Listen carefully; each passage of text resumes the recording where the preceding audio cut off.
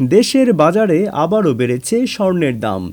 Bangladesh jewellers সমিতি বাজুজ স্বর্ণের দাম বাড়ানোর ঘোষণা দিয়েছে। শনিবার ১৩ ডিসেম্বর বাজুজের এক বিজ্ঞপ্তিতে এ তথ্য জানানো হয়েছে। নতুন দাম রোববার ১৪ ডিসেম্বর থেকে কার্যকর হবে। সংগঠনটি জানিয়েছে, স্থানীয় বাজারে তেজাবি সোনার দাম পিওর গোল্ড বাড়ায় বৈশ্বিক বাজারে সোনার দাম সমন্বয় করা হয়েছে। ভালো মানের সোনার দাম ছাড়িয়েছে ২,১৫,০০০ টাকা। এতে এবার সোনার দাম প্রতি ভরিতে বাড়ল সর্বোচ্চ ৩,৪৫৩ টাকা। দাম বৃদ্ধির মূল কারণ হচ্ছে বৈশ্বিক বাজারে সোনার দাম বেড়েছে।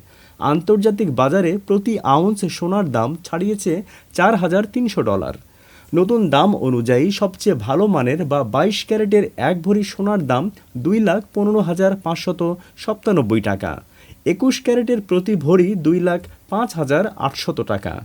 ১৮ ক্যারেটের প্রতি ভরি ১,৭৬,৩৯৫ টাকা এবং সনাতন পদ্ধতির প্রতি ভরি সোনার দাম ১,৪৬,৮৩৮ টাকা।